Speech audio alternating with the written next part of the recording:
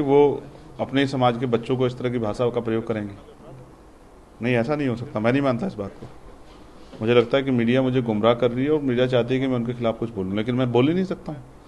वो हमारी नेता है, मैं तो उनका सम्मान करता हूँ और हमेशा करता रहूँगा जीवन पर्यंत। लेकिन आप सोचो कि हम क्या कर रहे हैं ऐसा, जो इस तरह के शब्द अगर किसी के लिए यूज भी किए जाएँ तो क्यों किए जाएँ? क्या हम कोई बुरा काम कर रहे हैं? क्या समाज को जगाना, उसकी ताकत बनाना, उसकी लड़ाई लड़ना, 69 शिक्षक बच्चों भर्ती के बच्चों की लड़ाई लड़ना, पुलिस के भाइयों की लड़ाई लड़ना, 78 जो ARO हैं, जो समीक्षा अधिकारी, उन बच्चों की लड़ाई लड़ना, क्या ये कोई अपराध है? क्या बहन बेटियों की रक्षा करना कोई अपराध है क्या? तो फिर मैं क्यों मानूं कि वो इस तरह के शब्द कह सकती हैं? उनको जो कुछ कहना मेरा नाम लेकर कहें तो मैं मानूं कि मुझे कहा, और नहीं मेरा नाम लिया है तो मैं आपकी बातों में आकर गुमराह नहीं हूँगा कि उनके खिलाफ कुछ कहूँ। नहीं, वो हमारे नेता हैं, वो मुझे गालियाँ भी देंगी तो भी मैं उनके खिलाफ कुछ नहीं कहूँगा। मैं उनका सम्मान करता हूँ और ये सम्मान मेरे दिल में है और ये जब तक रहेगा जब तक मेरे शरीर में जान रहेगी, क्योंकि उन्होंने बहुत संघर्ष किया है। उनका अधूरा काम बाकी है, उसको पूरा करने के लिए हम लोग संघर्ष कर रहे हैं, दिन रात जी जान लगा रहे हैं। उसके लिए हमने जेलें काटी 16-16 महीने। 16 महीने समझते हैं? 500 ज़्यादा दिन होते हैं। मार खाई है लाठियाँ पुलिस की, पैरों के नाखून तक खींच लिए पुलिस ने, दांत तोड़ दिए, रीढ़ की हड्डी में गैप है, गोली खाई है।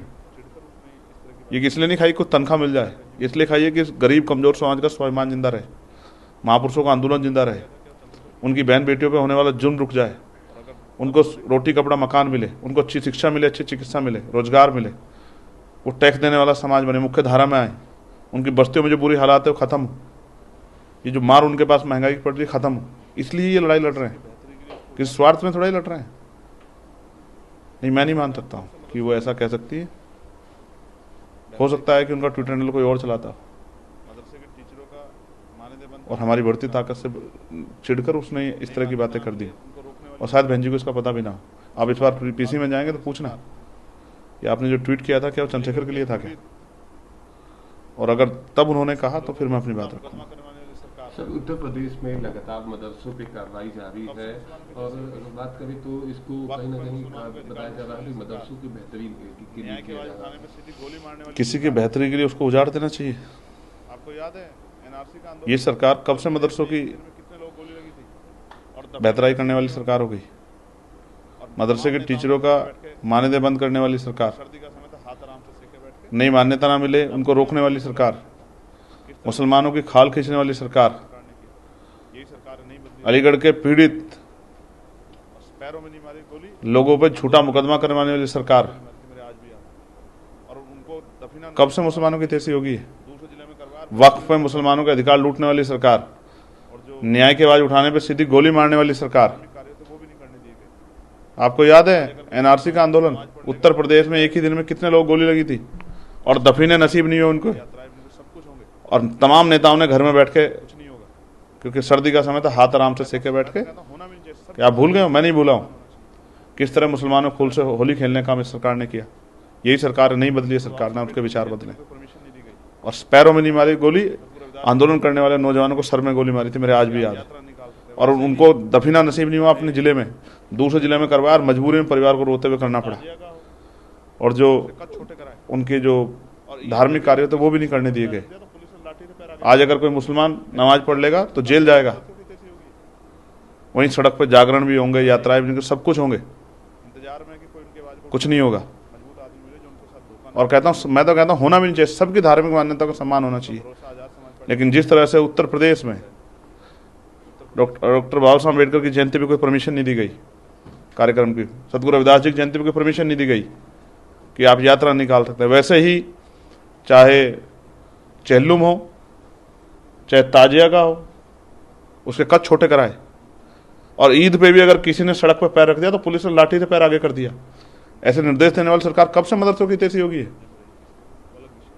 जनता देख रही है, इंतजार में कि कोई उनकी आवाज को उठाने वाला मजबूत आदमी मिले जो उनको साथ धोखा ना करे, क्योंकि बहुत दिनों चले आ रहे हैं।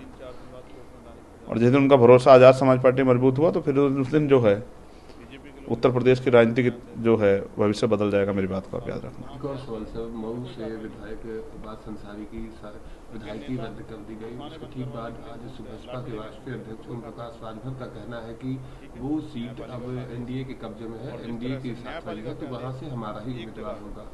देखिए, मैं उनकी पार्टी का निजी मामला है, वो किसके कब्जे में रही किसके, वो अलग विषय है। लेकिन आप जानते हैं कि सरकार में पूर्वाग्रह से कार्य हो रहे हैं। मुझे हर 3-4 दिन बाद कोर्ट में दानी पे जाना पड़ता है।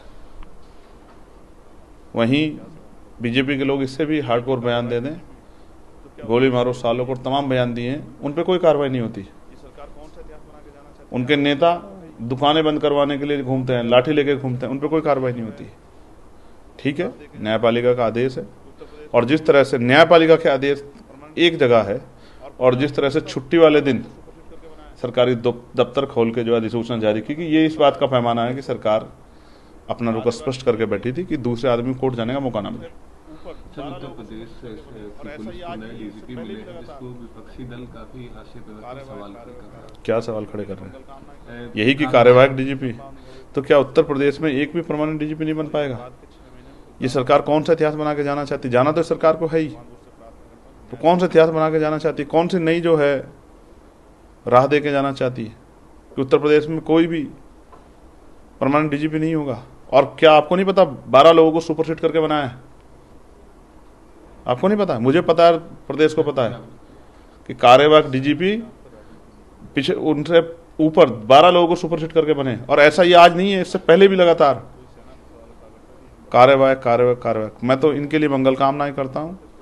एक लंबा अनुभव, एक लंबा सेवा का अनुभव है, और ये जो बाद के 6 महीने में कोई दाग ना लग जाए, तो उनके लिए भगवान बुद्ध से प्रार्थना करता हूँ कि न्यायप्रिय काम करें जिससे लोगों की मदद हो।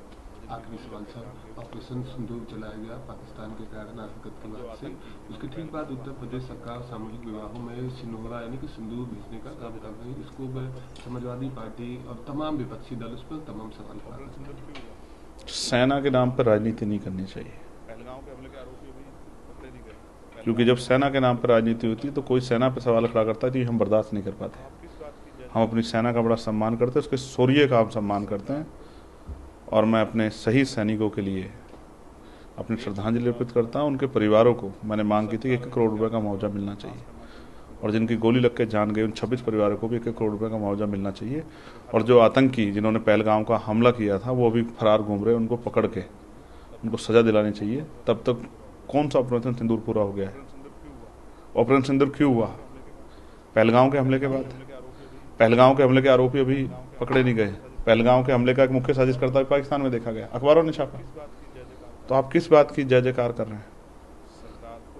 सरकार को राष्ट्र धर्म निभाना चाहिए, देश उनके साथ खड़ा है, सख्त कार्रवाई करके आतंकवाद को नाश करना चाहिए कि दोबारा किसी सेना के जवान की जान ऑर्डर पे ना जाए, क्योंकि हर आदमी अपने परिवार के लिए महत्व रखता है।